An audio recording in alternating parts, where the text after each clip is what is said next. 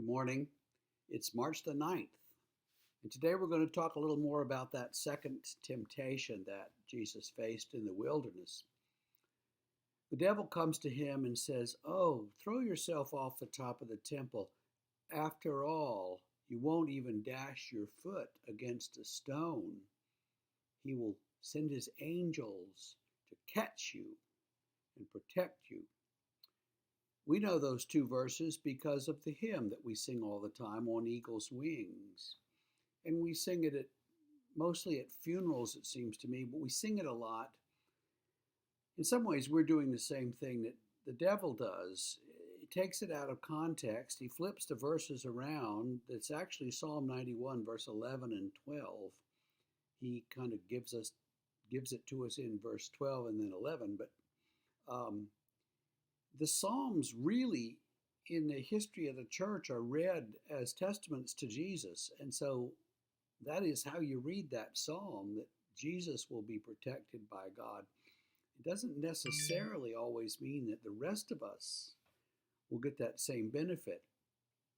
But we like to do the same thing that the devil does, and that is to take Scripture out of context all the time and do whatever we want with it.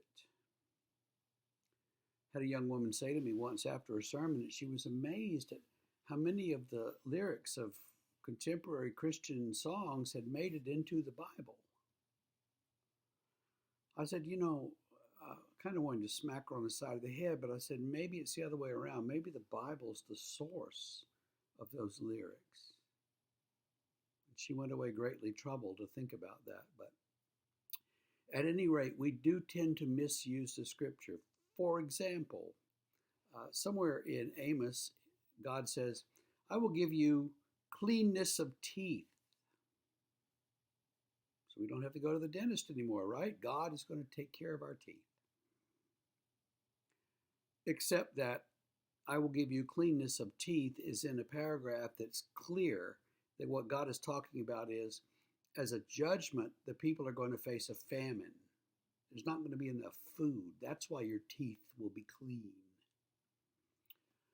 Or, and I couldn't find this one in a quick look this morning, but somewhere in the scriptures, in the prophets, it says something about, "You delight yourselves in fatness." So, don't worry trying to lose weight, right? Well, the scripture is actually something like, "You delight yourselves in fatness, but you don't feed the poor." You overeat and enjoy all these luxuries, and nobody cares about the poor. And so you see, we take a piece of a verse and use it for our own ends because we don't like to go to the dentist, or we don't want to feed the poor, or we want to overeat. And examples of that kind of thing abound. Just all over the place. And if you I love it when someone comes to me and says, "Well, I don't like that interpretation. I prefer my interpretation."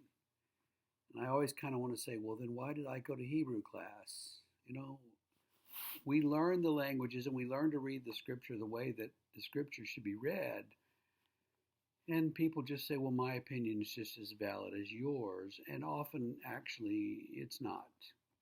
So we need to be careful when we are reading scripture that we read it the way that it's intended to be read, and we read it in a full context. Don't read a verse, read a paragraph. Don't read a little bit, read the whole section so that you get the context.